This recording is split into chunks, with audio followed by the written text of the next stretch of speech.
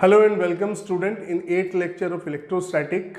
देखिए बच्चों, अभी तक हमने जितना भी इलेक्ट्रिक फील्ड पढ़ा है सिर्फ पॉइंट चार्जेस के कारण पढ़ा है कि अगर हमें क्यू पॉइंट चार्ज दिया हो तो आर डिस्टेंस पर इलेक्ट्रिक फील्ड कितना होगा। तो कितना लिखते थे हम, के क्यू बाई आर स्क्वायर। लेकिन आज के लेक्चर में हम लोग इलेक्ट्रिक फील्ड निकालना सीखेंगे अगर हमें कोई चार्ज बॉडी दे दी जाए। और चार्ज बॉडी भी कैसी, जिस पर चार्ज कॉन्टिन्यूसली डिस्ट्रीब्यूटेड हो। जैसे आपको कोई रिंग दे दी जाए, कोई डिस्क दे दी जाए, कोई लाइन चार्ज दे दिया जाए, ठीक है। यानी कि अब पॉइंट चार्ज नहीं मिल रहा है बल्कि चार्ज बॉडी मिल रही है। अब सोचने की बात है कि हमारे पास इलेक्ट्रिक फील्ड को लेके जो कॉन्सेप्ट अवेलेबल है वो सिर्फ और सिर्फ पॉइंट चार्जेस के कारण है। बॉडीज के कारण अभी तक कोई भी डिस्कस नहीं हुआ है, ठीक है। तो अब ये जो पॉइंट चार्ज वाला कॉन्सेप्ट है, इसकी मदद से कैसे हम लोग चार्ज बॉडीज के कारण भी इलेक्ट्रिक फील्ड निकाल सकते हैं। यानी कि कोई हमारे पास चार्ज बॉडी है, मान लो ये कोई चार्ज बॉडी है, अब इसके कारण मुझे इस डिस्टेंस पे इलेक्ट्रिक फील्ड निकालना है जबकि ये पॉइंट चार्ज नहीं है, तो फिर मैं कैसे निकालूंगा। तो इसके अंदर हम लोग पॉइंट चार्ज का जो इलेक्ट्रिक फील्ड निकालना सीखा उसका कैसे इस्तेमाल करेंगे, एक तो ये समझेंगे, ठीक है। तो इससे क्या होगा कि आपको जब भी कोई यूनिफॉर्मली डिस्ट्रीब्यूटेड जिस पर होगा चार्ज बॉडी पर, अगर वैसी बॉडी कोई दी जाती है तो आप उससे इजीली इलेक्ट्रिक फील्ड निकाल सकते हो, ठीक है। तो चलिए स्टार्ट करते हैं लेक्चर। तो सबसे पहले तो देखिए कॉन्टिन्यूसली जो चार्ज डिस्ट्रीब्यूशन होता है, कॉन्टिन्यूस चार्ज डिस्ट्रीब्यूशन होता है वो कैसे कैसे होता है। ये तीन तरीके से होता है। पहला लीनियर चार्ज डिस्ट्रीब्यूशन, ठीक है। दूसरा सरफेस चार्ज डिस्ट्रीब्यूशन,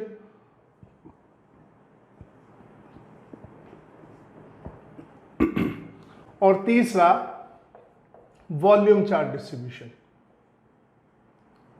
तो जो चार्ज डिस्ट्रीब्यूटेड होता है वो तीन तरीके से होता है, लेंथ वाइज हो या सरफेस वाइज हो या वॉल्यूम वाइज हो। तो बारी बारी से देखते हैं। देखिए जब लीनियरली चार्ज डिस्ट्रीब्यूटेड होगा, जैसे मान लीजिए कोई रोड ले लिया, उस पर आपने लेंथ वाइज चार्ज, ठीक है, डाल दिया, तो वो उसकी लेंथ वाइज है। रिंग ले ली, कोई रिंग टाइप कंडक्टर ले लिया, राइट, तो उसकी लेंथ पर पूरा चार्ज डाल दिया, राइट। तो आपका जो लीनियर डिस्ट्रीब्यूशन होगा उसमें हम लोग क्या करते हैं, लीनियर चार्ज डेंसिटी निकालते हैं। क्या निकालते हैं, लीनियर चार्ज डेंसिटी। अब ये कैसे निकाली जाती है, ये निकाला जाता है टोटल चार्ज जितना उस बॉडी पर चार्ज है डिवाइडेड बाय लेंथ, ठीक है। Total charge divided by length, ठीक है। इसे हम लैम्डा से भी डिनोट करते हैं, इसको हम लैम्डा से भी डिनोट करते हैं। जैसे एग्जांपल ले लेते हैं, हमें रिंग दी है कोई, ठीक है, ये कोई रिंग दी हुई है, इसका रेडियस r है, ठीक है। तो ये रिंग दी हुई है हमें, तो इसका लीनियर चार्ज डेंसिटी निकालना है जिसे हमने यूजुअली लैम्डा से डिनोट करते हैं इसको, ठीक है। तो यहां मैं लैम्डा लिख भी देता हूं, ठीक है। लैम्डा मतलब लीनियर चार्ज डेंसिटी। तो देखिए इस रिंग पर चार्ज मान लेते Q, तो ये हो गया Q अपॉन 2 पाई r। लेंथ कितनी हो गई रिंग की, 2 पाई r, ठीक है, सरकमफ्रेंस के बराबर, ठीक है, जिस पर चार्ज डिस्ट्रीब्यूटेड है। तो चार्ज अपन लेंथ कर देंगे तो लीनियर चार्ज डेंसिटी आ जाएगी, ठीक है। अब बात करें सरफेस चार्ज डेंसिटी, इसके क्या एग्जांपल हो सकते हैं। आप कोई शीट ले लीजिए, कंडक्टिंग स्फेयर ले लीजिए, स्फेयर का, ठीक है, स्फेरिकल सरफेस एरिया जो होगा आपका उसके, ठीक है, उसको आप ले सकते हैं, ठीक है। वो अंदर से तो खाली होगा, तो उसका जो सरफेस एरिया है उस पर सरफेस पर चार्ज डिस्ट्रीब्यूशन हो, तो इसको चार्ज डेंसिटी को हम डिनोट करते हैं सिग्मा से, तो इसे बोलते हैं सरफेस चार्ज डेंसिटी। क्या बोला जाता है, सरफेस चार्ज डेंसिटी, ठीक है। तो ये क्या होगा, चार्ज अपॉन एरिया, ठीक है। तो जैसे इसका भी एग्जांपल ले लेते हैं, स्फेरिकल कंडक्टर, ये कोई स्फेरिकल कंडक्टर दिया हमें,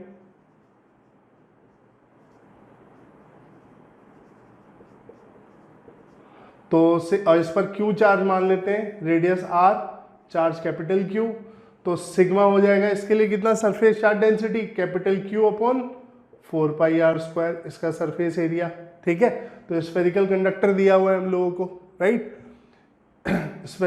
तो ये आपका हमारा हो गया, ठीक है। अगर हमें कोई कंडक्टिंग स्फीयर दिया हुआ है तो उसका सरफेस चार्ज डेंसिटी ऐसे आ जाएगा। तो ये इसका मतलब है चार्ज सरफेस पर डिस्ट्रीब्यूटेड है, यहाँ लेंथ पर डिस्ट्रीब्यूटेड है, तो वॉल्यूम में ऑब्वियस सी बात है वॉल्यूम पर डिस्ट्रीब्यूटेड होगा। तो इसमें हम लोग सिंबल जो यूज करते हैं वॉल्यूम चार्ज डेंसिटी के लिए वो रो का सिंबल यूज करते हैं। तो ये हो गया वॉल्यूम चार्ज डेंसिटी,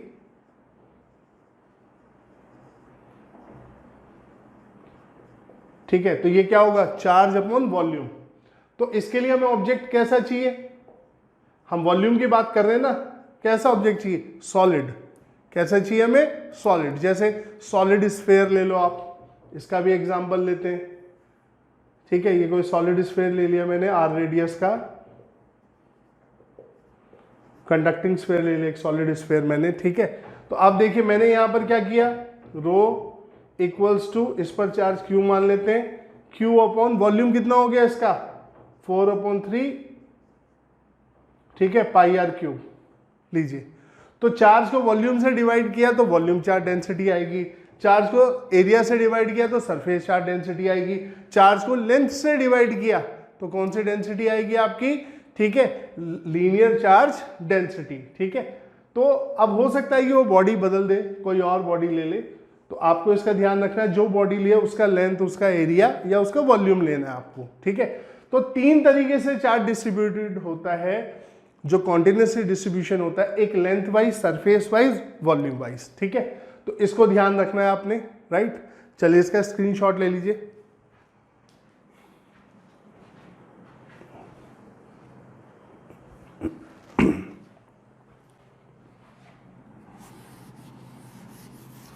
अब हम आज करेंगे, एक हमें रिंग दी हुई है, एक रिंग टाइप कंडक्टर दिया हुआ है,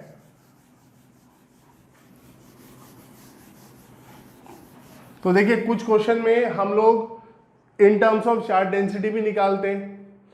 तो मैंने चार्ज और चार्ज डेंसिटी का रिलेशन बताया कैसे निकालना होता है, ठीक है। इस क्वेश्चन में हम लोग रिंग का टोटल चार्ज लेंगे, यानी कि यहाँ डेंसिटी, चार्ज डेंसिटी निकालने की जरूरत नहीं पड़ेगी। तो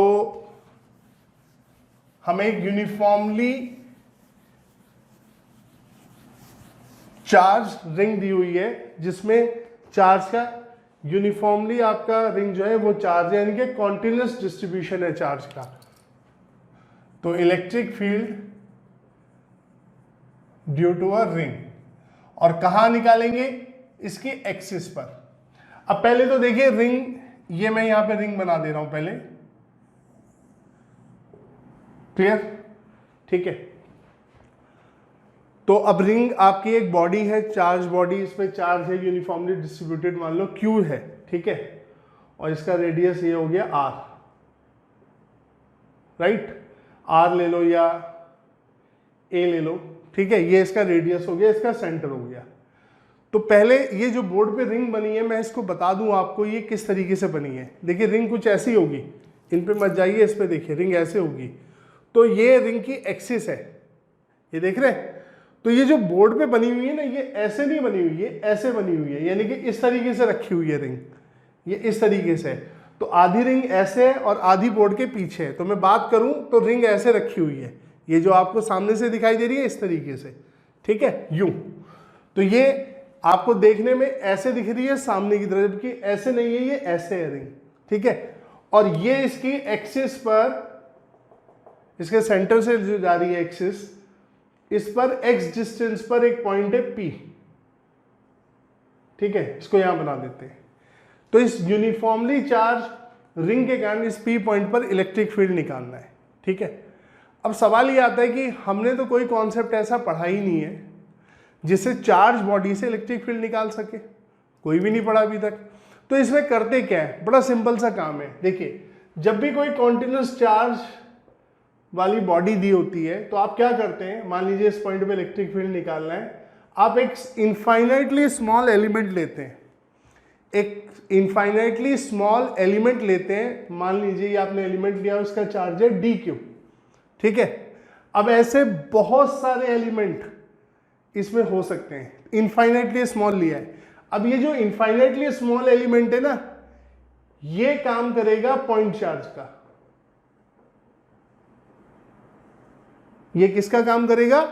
पॉइंट चार्ज का। ठीक है, दोबारा से सुनिए, कोई भी आपको एक चार्ज बॉडी दी होगी, कॉन्टिन्यूसली डिस्ट्रीब्यूटेड होगा जिस पे चार्ज, तो जो वो चार्ज बॉडी दी होगी आपको क्या करना है, उस पर एक इनफाइनाइटली स्मॉल एलिमेंट लेना है, चार्ज एलिमेंट। ठीक है, वो चार्ज एलिमेंट आपका पॉइंट चार्ज का काम करेगा। फिर जिस पॉइंट पर इलेक्ट्रिक फील्ड निकालना है, आप उस पॉइंट पर उसके कारण इलेक्ट्रिक फील्ड निकाल लीजिए। जैसे हमने माना ये डी आ गया, ठीक है, ये आ गया इलेक्ट्रिक फील्ड, राइट। अब जो नेट इलेक्ट्रिक फील्ड होगा ई नेट, उसके लिए आप इसका वेक्टोरियली इसको इंटीग्रेट कर देंगे। ठीक है, तो इंटीग्रेशन से क्या होगा, जितने ऐसे एलिमेंट पॉसिबल हैं इस बॉडी में, जितने भी एलिमेंट पॉसिबल है, इंटीग्रेशन से उन सबका इलेक्ट्रिक फील्ड जुड़ जाएगा। ठीक है, इंटीग्रेशन क्या करेगा, उन सबके इलेक्ट्रिक फील्ड को जोड़ देगा। ठीक है, तो जब उनके इलेक्ट्रिक फील्ड को जोड़ेगा, और कैसे जोड़ेगा, इलेक्ट्रिक फील्ड कैसी क्वांटिटी है, वेक्टर क्वांटिटी है, तो वेक्टोरियली जोड़ेगा। मैंने यहां वेक्टर लगा रखा है ना।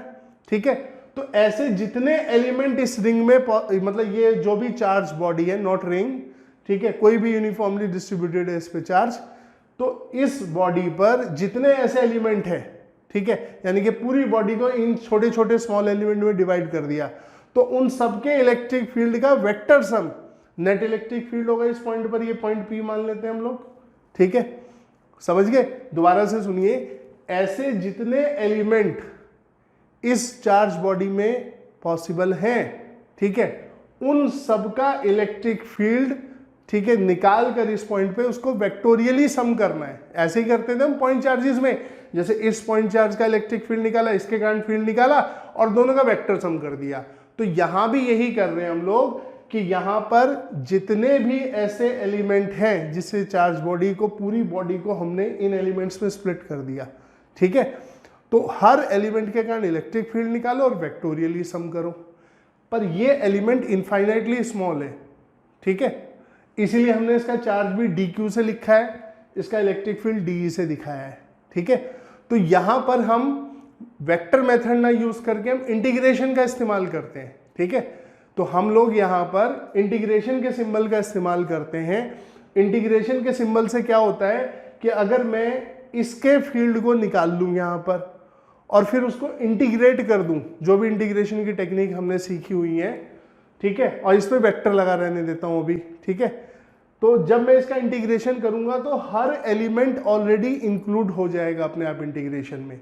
ठीक है, यानी कि सबके कारण इलेक्ट्रिक फील्ड आ जाएगा इस पॉइंट पर। ठीक है, अब इसी कॉन्सेप्ट को यहां लगा के समझते हैं कि क्या करना है। ठीक है, क्योंकि यहां पर जब हम इसको बताते हैं, उससे वो चीज यहां पर बहुत अच्छे से आपको समझ आएगी। ठीक है, तो चलिए हम लोग क्या करते हैं, पहले यहां पर रिंग पर एक छोटा सा एलिमेंट ले लेते हैं dq चार्ज का। इस रिंग का टोटल चार्ज है q, और मैंने एक small element, infinitely small element consider कर लिया dq, जो काम करेगा पॉइंट चार्ज का, क्योंकि हमें सिर्फ पॉइंट चार्ज के कारण इलेक्ट्रिक फील्ड निकालना आता है, बाकी तो हमें आता ही नहीं है। ठीक है, तो चलिए इसके कारण अब इस पॉइंट पे इलेक्ट्रिक फील्ड निकालना है, बिल्कुल वैसे निकालना है जैसे पॉइंट चार्ज से निकालते थे। अब तो ये पॉइंट चार्ज हो गया ना, तो आप इसको यहां से यहां तक कैसे जोड़ेंगे, स्ट्रेट लाइन से क्यों जोड़ेंगे, मैं बता चुका हूं आपको। ठीक है, तो ये इस पॉइंट से, इस चार्ज से इस पॉइंट को स्ट्रेट लाइन से जोड़ दीजिए। ये मैंने यहां पर पॉजिटिव चार्ज लिया है, तो इलेक्ट्रिक फील्ड की डायरेक्शन हो गई इधर। ठीक है, अवे, इस चार्ज के कारण इस पॉइंट पर इलेक्ट्रिक फील्ड क्या होगा, अवे, इस डायरेक्शन में। क्लियर? अब देखिए यहां पर, अब मैं, क्योंकि ये फिगर सिमेट्रिकल है, ठीक है, तो जब मैं यहां पर एक एलिमेंट लेता हूं तो इसके डायमेट्रिकली अपोजिट भी एक एलिमेंट एग्जिस्ट करेगा। ठीक है, जैसे ये रिंग है, ठीक है, अगर इसके यहां पर एक एलिमेंट है तो इसके डायमेट्रिकली यहां पर एक एलिमेंट होगा। मैं बना के दिखाता हूं आपको। देखिए ये कोई रिंग है, एक एलिमेंट यहां लिया तो इसके डायमीटर के अलोंग चलते जाओ, एक एलिमेंट यहां होगा। आपने यहां एक एलिमेंट लिया तो इसके डायमीटर के अलोंग चलते जाओ, एक एलिमेंट यहां एग्जिस्ट करेगा। तो हर एलिमेंट के डायमेट्रिकली अपोजिट एक एलिमेंट होगा, ये समझ लो। रिंग में सिमेट्रिकल होती है ना रिंग, तो यहां पर एलिमेंट लोगे तो यहां होगा, ठीक है, यहां लोगे तो यहां होगा, ठीक है, समझ गए। तो हर एलिमेंट के डायमेट्रिकली अपोजिट एक एलिमेंट एग्जिस्ट करता है। अब सवाल आएगा हम इसको क्यों ले रहे हैं। देखो यहां हमें इनको वेक्टोरियली जब इंटीग्रेट करते तो वेक्टर इंटीग्रेशन होता, लेकिन सवाल यहां पर यह है कि अगर हमें सिमेट्रिकल फिगर दिया हो हो सकता है हमें वेक्टर्स के साइन की जरूरत ही नहीं पड़ेगी, हमें पहले ही कुछ इंफॉर्मेशन मिल जाएगी। क्या इंफॉर्मेशन मिल जाएगी, चलिए देखते हैं। अगर मैं इसके कारण, यानी कि जो एक एलिमेंट मैंने यहां लिया, ठीक है, इसके डायमेट्रिकली अपोजिट ये एलिमेंट है, अब मैं इसके कारण यहां पे फील्ड निकालूं तो कैसे निकालूंगा, ऐसे। और कितना होगा भाई ये फील्ड, सेम। क्यों सेम, देखो ये डिस्टेंस x है, ये a है, ये जो रेडियस दी हमने ये a दिया आपको रिंग की, ठीक है। तो इसको हटा देते हैं थोड़ी देर के लिए, मैं यहां लिख देता हूं रेडियस कितनी दी हमने यहां पर a, ठीक है, एक्सक्यूज मी। तो ये सेंटर हो गया O। अब ये देखिए यहां पर ये x ये a, तो राइट एंगल ट्रायंगल बन गया। तो ये कितना हो गया, √x² प्लस a²। ये x, तो ये भी राइट एंगल ट्रायंगल बन रहा है, तो ये भी क्या बन गया, √x² प्लस a²। तो देखो यहाँ पे d कितना हो जाएगा, जरा देखें, d हो जाएगा 1/4πε0, ठीक है। इसके कारण चार्ज कितना हो जाएगा, dq, इसका चार्ज कितना है dq, और डिस्टेंस कितना है √x² प्लस a², ठीक है। तो √x² प्लस a² का स्क्वायर, ये लीजिए, ये आ गया आपका electric field due to this dq charge at point P, ठीक है। तो चलिए एक्सक्यूज मी, तो अब आगे देखते हैं यहां पर। तो अब आप देख सकते हैं दोनों एलिमेंट के इलेक्ट्रिक फील्ड एक दूसरे के इस तरीके से आ रहे हैं। तो ऐसा साफ साफ लग रहा है कि इनके हो सकता है कि इसका कोई कंपोनेंट इसके किसी कंपोनेंट को कैंसिल कर सकता है, ठीक है। तो कंपोनेंट में रिजॉल्व करके देखते हैं। तो मैंने वेक्टर में आपको तरीका बताया था ये कि या तो इनका वेक्टर सम कर लो, ठीक है, या फिर क्या करो, इनको कंपोनेंट में रिजॉल्व कर दो, राइट।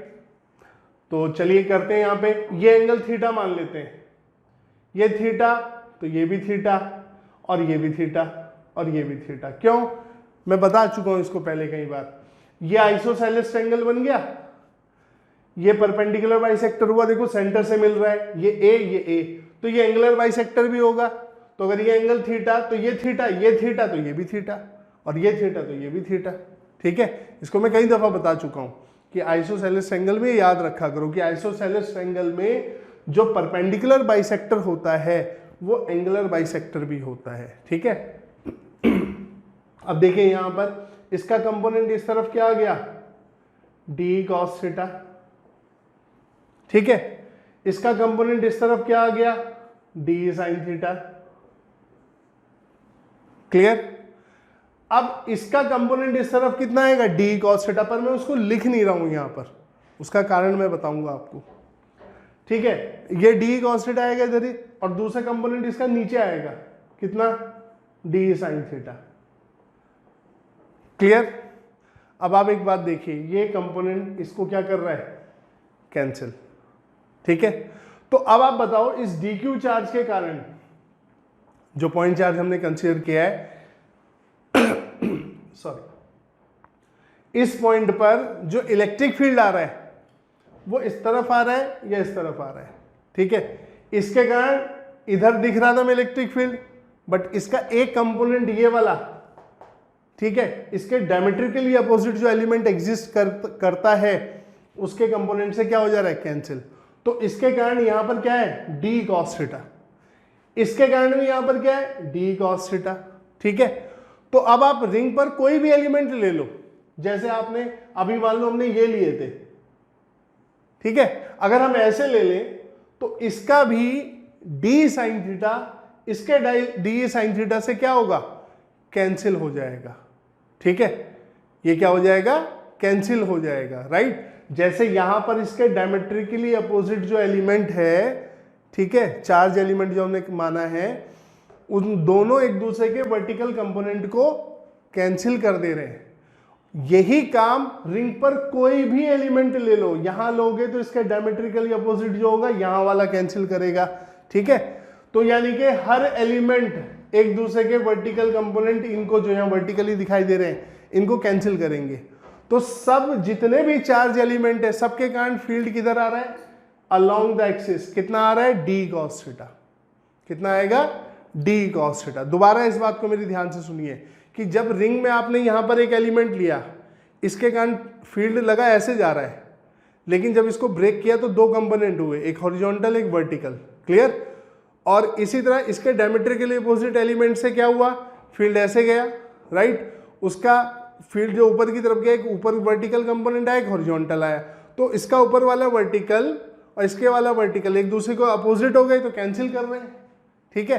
तो इसके कारण भी डी कॉस थीटा, इसके कारण भी डी कॉस थीटा। अगर मैं एक एलिमेंट यहां लूंगा तो इसके डायमेट्रिकली अपोजिट एक और एलिमेंट एग्जिस्ट करेगा, तो इसके वर्टिकल कंपोनेंट को इसका वर्टिकल कंपोनेंट क्या करेगा, कैंसिल करेगा। तो जितने भी डी क्यू एलिमेंट होंगे इस रिंग में, सबके कारण इलेक्ट्रिक फील्ड क्या होगा, डी कॉस थीटा, ठीक है। अब देखो जो वेक्टर वाला काम था हमने खत्म कर दिया, क्योंकि सबके कारण एक ही डायरेक्शन में आ रहा है, ठीक है, किधर, डी कॉस थीटा।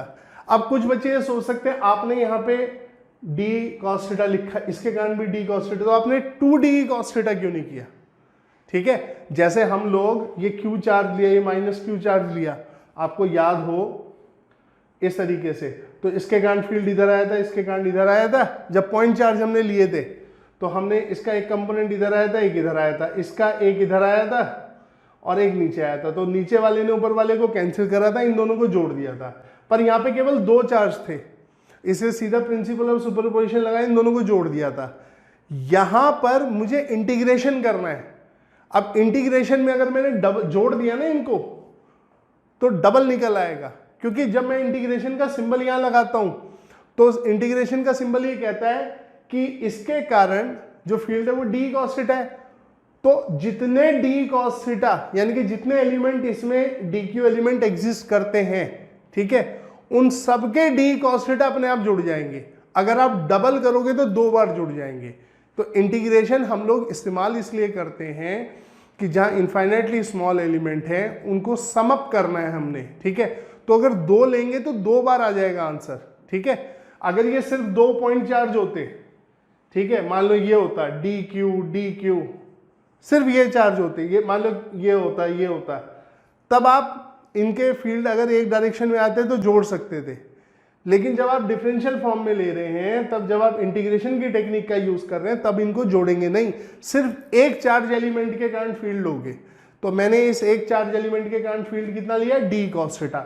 जैसे मैं इसे इंटीग्रेट करूंगा तो जितने भी इसमें ऐसे चार्ज पॉसिबल हैं उन सबके इलेक्ट्रिक फील्ड अपने आप जुड़ जाएंगे, और सबका क्या आ रहा है, D cos theta, D cos theta, D cos theta, ठीक है। तो ई नेट अब आप उम्मीद है समझ गए होंगे ये वाला पार्ट। तो हम क्या करते हैं, पहले सिमेट्री वगैरह देख लेते हैं और इस वेक्टर का काम खत्म कर लेते हैं। कौन सा कंपोनेंट किससे कैंसिल हो सकता है, जुड़ सकता है, जो भी पॉसिबल है वो सब कर लेते हैं, और ज़्यादा सिमेट्रिकल फिगर ही हमें मिलते हैं। तो हम लोग उन फिगर्स में ये वेक्टर वाला काम खत्म कर लेते हैं। फिर ऐसे कुछ स्केलर बचता है, ठीक है, एक ना इस तरह जैसे डी कॉस थीटा बचा, बस इसको इंटीग्रेट कर देते हैं, ठीक है। तो ये आपको काम एक ही करना है। कॉन्टिन्यूस बॉडी जब भी आपको मतलब कॉन्टिन्यूस डिस्ट्रीब्यूशन होगा जिन बॉडीज पे ऑब्जेक्ट पर, आपने क्या करना है, पहले एक इनफाइनाइटली स्मॉल एलिमेंट लेना है, क्योंकि अपने दिमाग में फीड कर लो हमें इलेक्ट्रिक फील्ड की नॉलेज केवल पॉइंट चार्ज के बारे में है, और पॉइंट चार्ज का कॉन्सेप्ट यहाँ डायरेक्ट काम नहीं कर सकता, तो मुझे पॉइंट चार्ज बनाना पड़ेगा या लेना पड़ेगा। तो वो पॉइंट चार्ज क्या होता है, मैं इनफाइनाइटली स्मॉल एलिमेंट कंसीडर करता हूँ, इस कॉन्टिन्यूसली चार्ज जो बॉडी हमें दी हुई है, फिर उसके कारण जो पॉइंट चार्ज का कॉन्सेप्ट है वो लगाता हूँ, फिर अपना सिमेट्री देखता हूँ, सिमेट्री से मेरा वेक्टर वाला काम खत्म हो जाता है। फिर एक एलिमेंट के कारण मैंने फील्ड निकाल लिया, उसको इंटीग्रेट कर दिया, तो सबके कारण आ गया, ठीक है। तो ई नेट कितना हो गया, integration of D cos theta, ठीक है। और हर बॉडी में यही करेंगे हम लोग, थोड़ा बहुत उनके डायग्राम में अंतर हो सकता है पर बेसिक नहीं बदलना। आप देखो जितने भी क्वेश्चन करेंगे तो ये हो गया डी cos थीटा। अब डी की वैल्यू रख दो 1/4 pi epsilon not D Q by x square plus A square, यहां से, ठीक है, स्क्वायर से स्क्वायर रूट खत्म, ठीक है। अब cos थीटा, चलो ये ट्रायंगल देख लो, ये बेस x और ये क्या हो गया हाइपोटेन्यूस, ठीक है। तो x upon under root X square plus A square, ठीक है। तो जिससे हमारा ये क्या आ जाएगा, ये हमारा आ जाएगा, अब यहां पे देखो x भी कांस्टेंट है, रेडियस भी कांस्टेंट है, तो इंटीग्रेशन भाई किसका होना है, जिसका d लगा हुआ है डी क्यू का, ठीक है। तो ये डी क्यू का इंटीग्रेशन होगा, तो डी क्यू क्या हो सकता है, 0 से लेके कितना है पूरी रिंग का चार्ज टोटल, ठीक है, कैपिटल क्यू, राइट। तो जब डी क्यू पूरी रिंग का जोड़ दोगे तो क्या आएगा कैपिटल क्यू, तो 0 से कैपिटल क्यू तक, ठीक है ना। x का इंटीग्रेशन, क्योंकि x कांस्टेंट है, एक्सिस से डिस्टेंस, सेंटर से जो एक्सिस का डिस्टेंस है वो सेम है, कांस्टेंट रहेगा, और ये रेडियस ये भी कांस्टेंट है, तो ये तो कांस्टेंट होता ही है, तो डी क्यू इंटीग्रेट होगा, डी क्यू इंटीग्रेट होके क्या आएगा भाई, ठीक है। जब आप डी क्यू को इंटीग्रेट करेंगे तो क्या आएगा, स्मॉल क्यू, 0 से क्यू, लिमिट रखोगे तो क्या आएगा क्यू, ठीक है। तो मैं यहां रख देता हूं सीधा, तो 1/4 pi epsilon not E net electric field, ठीक है, at a point on the axis of ring, ठीक है, is 1/4 pi epsilon not Q x upon x square plus A square की पावर 3/2, ठीक है। और अलोंग दी एक्सिस, किस पर, अलोंग दी एक्सिस। अब देखो ये पॉजिटिव चार्ज है तो अवे आ रहा है, अगर ये नेगेटिव चार्ज होता तो ये जो फील्ड इधर गया है ये ऐसे आता, इसके कारण फील्ड बाहर की बजाय इधर आता, वर्टिकल कंपोनेंट तब भी कैंसिल होते, लेकिन ये डी cos थीटा अंदर की तरफ होता। तो अगर ये रिंग नेगेटिवली चार्ज होती, ठीक है, तो ये सेंटर की तरफ आता फील्ड, पर अभी पॉजिटिवली चार्ज है तो अवे जा रहा है, ठीक है। तो रिंग के कारण यूनिफॉर्मली डिस्ट्रीब्यूटेड आपका है इस पर चार्ज, और ये ए रेडियस है, तो एक्स पॉइंट पर इलेक्ट्रिक फील्ड कितना हो गया रिंग के कारण, सिंपल क्या लिखेंगे आप, ये काम आएगा आपको, ई रिंग कितना हो गया 1/4 pi epsilon not Q axis x, इसका डिस्टेंस, और ये जो यहां से यहां तक का सेपरेशन होगा x square plus A square की पावर 3/2, ये याद रखिएगा, ठीक है। इसको याद भी रखेंगे आप, राइट। क्यों याद रखा रहा हूं मैं, सवाल है कि सिखा दिया, याद करने को क्यों बोल रहा हूं। देखिए याद करें या मतलब हैबिट बना लें इसको, अगर आपको डिस्क के कारण इलेक्ट्रिक फील्ड निकालना है, डिस्क, तो वहां एलिमेंट रिंग लिए जाते हैं, तो आप डायरेक्ट इसको यूज कर सकते हैं वहां पर, तो आप ही का फायदा होगा, ठीक है। तो ये हो गया electric field due to a uniformly charge ring, ठीक है। बिल्कुल आसान है, कोई मुश्किल नहीं है इसमें, ठीक है। चलिए आप इसका स्क्रीनशॉट लीजिए, फिर आगे करते हैं।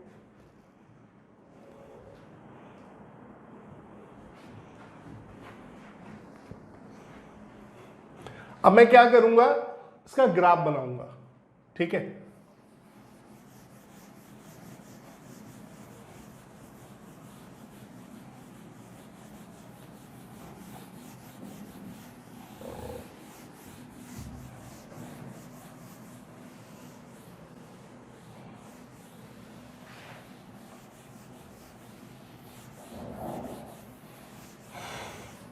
अब ग्राफ बनाने के लिए हम लोग क्या करेंगे, आपको एक कर्व बताते हैं, उस कर्व को ध्यान रखिए, आपको बड़ी हेल्प मिलेगी। अगर मान लीजिए ये दिया हुआ है x square plus A square की पावर 3/2, मान लो ये एफ एक्स दिया है, एफ एक्स समझते हैं ना, जैसे y equal to f x लिखते हैं, तो y लिख लो चाहे एफ एक्स लिख लो। अगर ये कहीं पर आ जाता है तो इसका ग्राफ कैसा होता है, इसकी शेप याद रखो, ठीक है। अब ऐसा तो है नहीं कि आप ड्रॉ करने निकल जाओगे, इतना समय नहीं होता आपके पास। ये देखो, ये मैं पहले ऐसे बना देता हूं, इस तरीके से, ये मिलना नहीं चाहिए इससे, ये वाई एक्सिस, ठीक है, ये एक्स एक्सिस।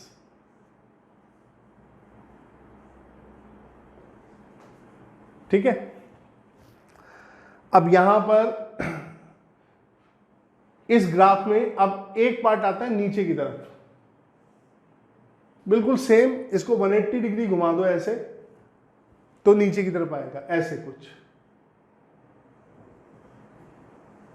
यानी कि जैसा ऊपर आया ऐसे नीचे आएगा। हो सकता है ये बड़ा ये छोटा दिख रहा हो, बट एक्चुअली में साइज इनका बराबर ही है, थोड़ा मेरे जरा बनाने में वो हो सकता है। ठीक है, जैसे ये पैरेलल जा रहा है ऐसे ही पैरेलल जा रहा है।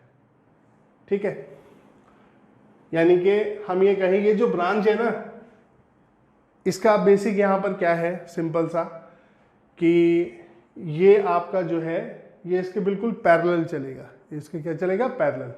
और यहां पर आप देख रहे हो ये, ठीक है, ये रफ शेप याद रखनी है आपने, कई बार ग्राफिकल प्रॉब्लम भी आती है। ये एक्स की वो वैल्यू है जिस पर वाई मैक्सिमम है। ठीक है,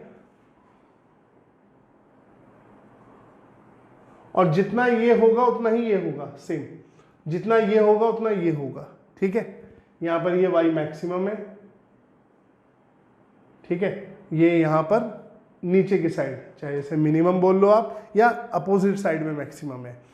अब इस ग्राफ का आप एक पार्ट तो ध्यान रख सकते हैं ऐसे, दूसरा पार्ट कैसे ध्यान रखेंगे ये मैं आपको सिखाता हूं। आपको एक कॉन्सेप्ट सिखा रहा हूं इवन और ऑड फंक्शन का। ठीक है, बड़ा आसान है, बहुत आसान। इसे अब ये मैं आपको सिखा क्यों रहा हूं, देखिए आपको ये ग्राफ ध्यान रहेगा फिर। ठीक है, क्योंकि इसको बनाना तो आपके लिए इतना आसान नहीं है कि आप वहां पे एग्जाम में बनाना शुरू कर दें, लेकिन इसको आप ध्यान रख सकते हैं कैसे कि इसका ग्राफ ऐसे आता है, फिर 180 डिग्री इसको ऐसे घुमा दो तो ऐसे ये दूसरा पार्ट बन जाता है इसका। ठीक है, ये बड़ा छोटा बेटा ये सेम साइज है, ये सिर्फ बोर्ड पे बनने में ऐसा हो गया, राइट। जो साइज इसका है वो साइज इसका है, पर यह है कि नीचे हाथ थोड़ा ज्यादा स्मूथ चल गया, राइट। तो पहले तो ध्यान रखना बराबर है ये। तो आप देखिए कैसे याद रखोगे, बड़ा आसान तरीका है। If f of minus x equals to fx, then fx is an even function। इसको वैसे भी याद रखो, ग्राफिकल उसमें काम आएगा कि अगर f of minus x fx के इक्वल होता है तो fx एक इवन फंक्शन होता है। ठीक है, कैसे, एग्जाम्पल देखते हैं और इसका क्या यूज है यहां पर। जैसे fx दिया है मुझे x स्क्वायर, क्लियर। अब मैं इस x को रिप्लेस कर देता हूं माइनस एक्स से, तो जाहिर सी बात है यहां x को भी रिप्लेस करूंगा माइनस एक्स से। अब देखो ऐसा नहीं कि यहां माइनस लगा दो बाहर, x को माइनस एक्स से रिप्लेस किया गया है, तो ये क्या आ गया, एक्स स्क्वायर माइनस एक्स का स्क्वायर एक्स स्क्वायर। और ये किसके इक्वल है भाई, ये तो हमने fx लिया है, तो ये fx आ गया। ठीक है, तो इसका मतलब that is f of minus x equal to fx। ठीक है, f ऑफ माइनस एक्स क्या हो गया आपका, fx के इक्वल हो गया। तो कैसा फंक्शन हुआ, इवन। अब हम देखो इवन फंक्शन में क्या होता है, ये पैराबोलिक कर्व है, ये देखिए आप, ये एक्स स्क्वायर का कर्व है, तो ये वाई एक्सिस के अबाउट सिमेट्रिकल है, यानी कि इसको आप उठा के यहां से 180 डिग्री ऐसे यूं कर दो, ये इसके ऊपर क्या करेगा, ओवरलैप कर जाएगा ऐसे। इसको यूं खोलोगे तो ऐसे आ जाएगा, ठीक है, इसको उठा के यूं कर दोगे तो इस पे ओवरलैप हो जाएगा। तो इसका मतलब ये वाई एक्सिस, ये वाई एक्सिस इसके अबाउट सिमेट्रिकल है, वाई एक्सिस के अबाउट सिमेट्रिकल है। तो इवन फंक्शन वाई एक्सिस के अबाउट सिमेट्रिकल है। ठीक है, हालांकि इसका रीजन भी एक्सप्लेन किया जा सकता है, लेकिन मैथ्स की क्लास हो जाएगी यहाँ पर फिर। तो हमें सिर्फ आपको फिजिक्स के पॉइंट ऑफ व्यू से ग्राफ में सिमेट्री समझानी है। ठीक है, और ये बहुत जगह काम करेगा आपके लिए। तो अगर कोई फंक्शन इवन होता है तो वो वाई एक्सिस के अबाउट क्या है, सिमेट्रिकल है। ठीक है, ये बात हमें यहां से पता लगी, right. So this if fx is an even function then this will be symmetrical about y axis, ये आप ध्यान रख सकते हैं। और दूसरी बात, if f of minus x equals to minus fx, ठीक है, then fx is an odd function. तो fx क्या होगा, ऑड फंक्शन होगा। ठीक है, इसका एग्जांपल लेते हैं। fx लेते हैं एक्स क्यूब। अब आप ऑड और इवन ना इनकी पावर से मत कोशिश करना, ये तरीका होता है ऑड और इवन चेक करने का, ठीक है, इसको ध्यान रखना। कभी पावर में लग जाओगी, even number odd number, even number odd number की नहीं, इवन फंक्शन ऑड फंक्शन की बात हो रही है, और इनसे में सिमेट्री पता लगती है क्वाड्रेंट में, ठीक है। तो अब देखिए यहां पर, अब मैं इसको रिप्लेस करता हूं माइनस एक्स से, तो इसको भी रिप्लेस करूंगा माइनस एक्स से, क्यूब कर दिया। माइनस एक्स का क्यूब क्या आएगा भाई, माइनस एक्स क्यूब। अब ये इतना क्या है, एफ एक्स, तो ये क्या आ गया बाहर माइनस, और ये क्या हो गया एफ एक्स। तो देखिए एफ ऑफ माइनस एक्स क्या आ रहा है, माइनस एफ एक्स। तो ये कैसा फंक्शन है, ऑड। ये कैसा फंक्शन हो गया, ऑड। अब इसका ग्राफ देखते हैं। इसका ग्राफ जो है यहां बनाता हूं, ये एक्स क्यूब का ग्राफ है। अब ऑड फंक्शन में क्या होता है, ऑड फंक्शन अपने अपोजिट क्वाड्रेंट में सिमेट्रिकल होता है। जैसे इवन फंक्शन में वाई एक्सिस के अबाउट सिमेट्रिकल है, ठीक है, पूरी वाई एक्सिस के अबाउट जा, ठीक है, यानी कि इसको मिरर मानो वाई एक्सिस को, इसकी इमेज ये होगी दूसरा पार्ट इसका, ठीक है। तो आपका इवन फंक्शन वाई एक्सिस के अबाउट सिमेट्रिकल होते हैं और ऑड फंक्शन अपोजिट क्वाड्रेंट में सिमेट्रिकल होते हैं। अब अपोजिट क्वाड्रेंट कौन कौन से होते हैं, देखो फर्स्ट का होता है थर्ड, फर्स्ट का थर्ड या थर्ड का फर्स्ट, ये अपोजिट क्वाड्रेंट है। फर्स्ट का जो सेकंड है वो एडजेसेंट क्वाड्रेंट है, फर्स्ट का फोर्थ भी एडजेसेंट है, थर्ड का सेकंड भी एडजेसेंट है और फोर्थ भी एडजेसेंट है, तो ऐसे क्रॉस जाना। और सेकंड का अपोजिट क्वाड्रेंट कौन सा होगा, फोर्थ। तो फर्स्ट का अपोजिट क्वाड्रेंट थर्ड, ठीक है, सेकंड का अपोजिट क्वाड्रेंट फोर्थ, और ये साइड में क्या है एडजेसेंट, ये एडजेसेंट, ठीक है। तो ये कहता है कि अगर अब ऑड फंक्शन है तो आप क्या करें, आप जो है 180 डिग्री इसको ऐसे मानकर इस कर्व को 180 डिग्री ऐसे रोटेट करा दें, इसको 180 डिग्री, तो ये अपने अपोजिट क्वाड्रेंट में पहुंच जाएगा। तो देखो इसका ये पार्ट ऐसे आता है, ठीक है, तो ये पूरा एक्स क्यूब का कर्व हुआ, यानी कि आपने क्या करना है, इसको ऐसे घुमा देना है 180 डिग्री ऐसे, ठीक है। अगर आप इसको 180 डिग्री घुमाओगे अपोजिट में, फर्स्ट की तरफ जाना है ये, ठीक है, तो आप इसे घुमाओगे तो ये यहां आ जाएगा, राइट। तो चाहे इसको घुमा लो चाहे इसको घुमा लो, तो ऑड फंक्शन अपने अपोजिट क्वाड्रेंट में सिमेट्रिकल होता है, ठीक है। तो ये ऐसे तो ऐसे पहुंच गया, अगर मान लो इधर होता तो क्या करता, फिर इधर से घूम के नीचे की तरफ आ जाता। तो सेकंड का फोर्थ होता है, फर्स्ट का थर्ड होता है, ऐसे घुमाना है, ठीक है। अब यहां पर इसको देखते हैं, ये ना बड़ा इंपॉर्टेंट है ये वाला, ऐसे वेरिएशन पे क्वेश्चन अक्सर पूछे जाते हैं, तो इसलिए इसको समझ लीजिए। ये भी ऑड फंक्शन है, कैसे, चलिए हम इसको यहां पर बता देते हैं आपको। देखिए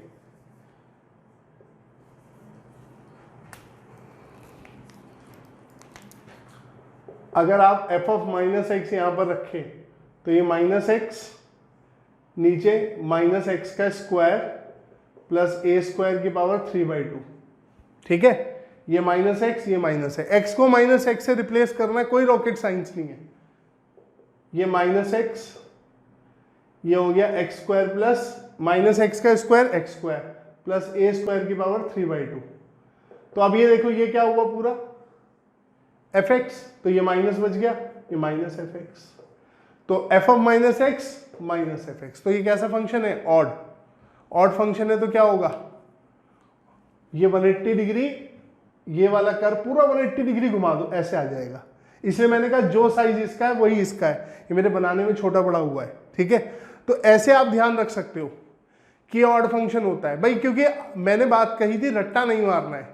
अब आप फिजिक्स के उसमें ये भी नहीं कर सकते इस ग्राफ को ड्रॉ करने बैठ जाओ, बहुत टाइम लग जाएगा वो तो, ठीक है। मैथ्स में वाले तो ड्रॉ कर सकते हैं अपने शौक के लिए, उनको भी वैसे ध्यान ही रखना है, ठीक है।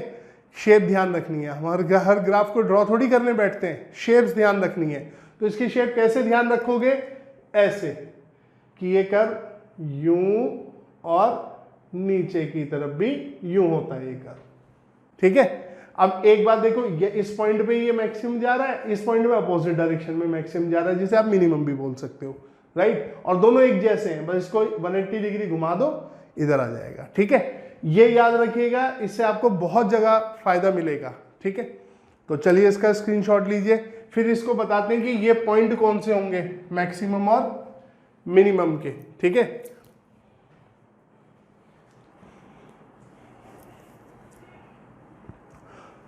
तो बच्चों ये लेक्चर ज्यादा लंबा ना हो इसलिए हम इसे 2 पार्ट में कर रहे हैं। एक पार्ट इसका ये हो गया, दूसरे पार्ट में इसी को लेके और डिस्कशन करेंगे, और ये जो इलेक्ट्रिक फील्ड में पूरा जितने भी कॉन्टिन्यूस बॉडीज से आपको इलेक्ट्रिक फील्ड निकालना वो भी सिखाएंगे, और इलेक्ट्रिक फील्ड की ग्राफिकल प्रॉब्लम भी करना सिखाएंगे, ठीक है। तो नेक्स्ट लेक्चर आपका जल्दी इसमें आएगा, उसको सेकेंड लेक्चर को भी देखिए, ठीक है। और जरूरत पड़ी तो थर्ड लेक्चर भी लेंगे और ये पूरा पार्ट आपको एक्सप्लेन करेंगे अच्छे से, ठीक है। चलिए मिलते हैं नेक्स्ट वीडियो में, थैंक यू।